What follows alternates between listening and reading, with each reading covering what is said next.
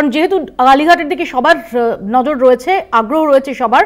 আমার সহকর্মী দীপ্তিমান যেটা জানাচ্ছেন এই মুহূর্তে যে কালীঘাটে বৈঠক শুরু হয়েছে, মুখ্যমন্ত্রীকে স্মারকলিপি দিয়েছেন জুনিয়র ডাক্তাররা এবং সুরক্ষা নিয়ে, সুরক্ষা ব্যবস্থা নিয়ে আলোচনা হচ্ছে বলে আমরা জানতে পারছি। চিকিৎসকদের কর্মস্থলে সুরক্ষার বিষয়টি নিয়ে আলোচনা হচ্ছে, অর্থাৎ শেষ পর্যন্ত বরফ গলেছে, যে আইস ব্রেকিং যেটাকে বলা হয়, যে বৈঠকটা শুরু হয়েছে। আমরা এর আগে দফায় দফায় দেখেছি যে বৈঠক করতে নবান্ন সভাঘরে পৌঁছে গিয়ে এমনকি কালীঘাটে পৌঁছে যাওয়ার পরও বৈঠক হয়নি, বৈঠক ভেস্তে যায়।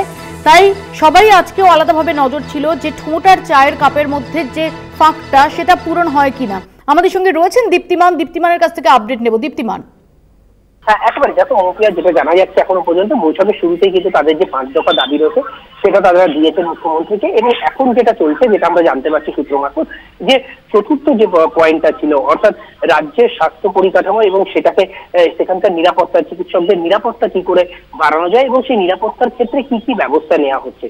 26টা যে মেডিকেল কলেজ রয়েছে সেখানকার সবারই এখানে একজন করে প্রতিনিধি রয়েছে। সেক্ষেত্রে এই প্রতিনিধিদের নিয়ে বিভিন্ন রকম ভাবে কি কি ব্যবস্থা নেওয়া হচ্ছে, কি কি ব্যবস্থা সরকারের পক্ষ থেকে নেওয়া হচ্ছে, সরকার কি কি করবে, সরকারের পক্ষ থেকে কি কি করা হচ্ছে, এই সব ব্যবস্থাগুলো কিন্তু এখন জানানো হচ্ছে।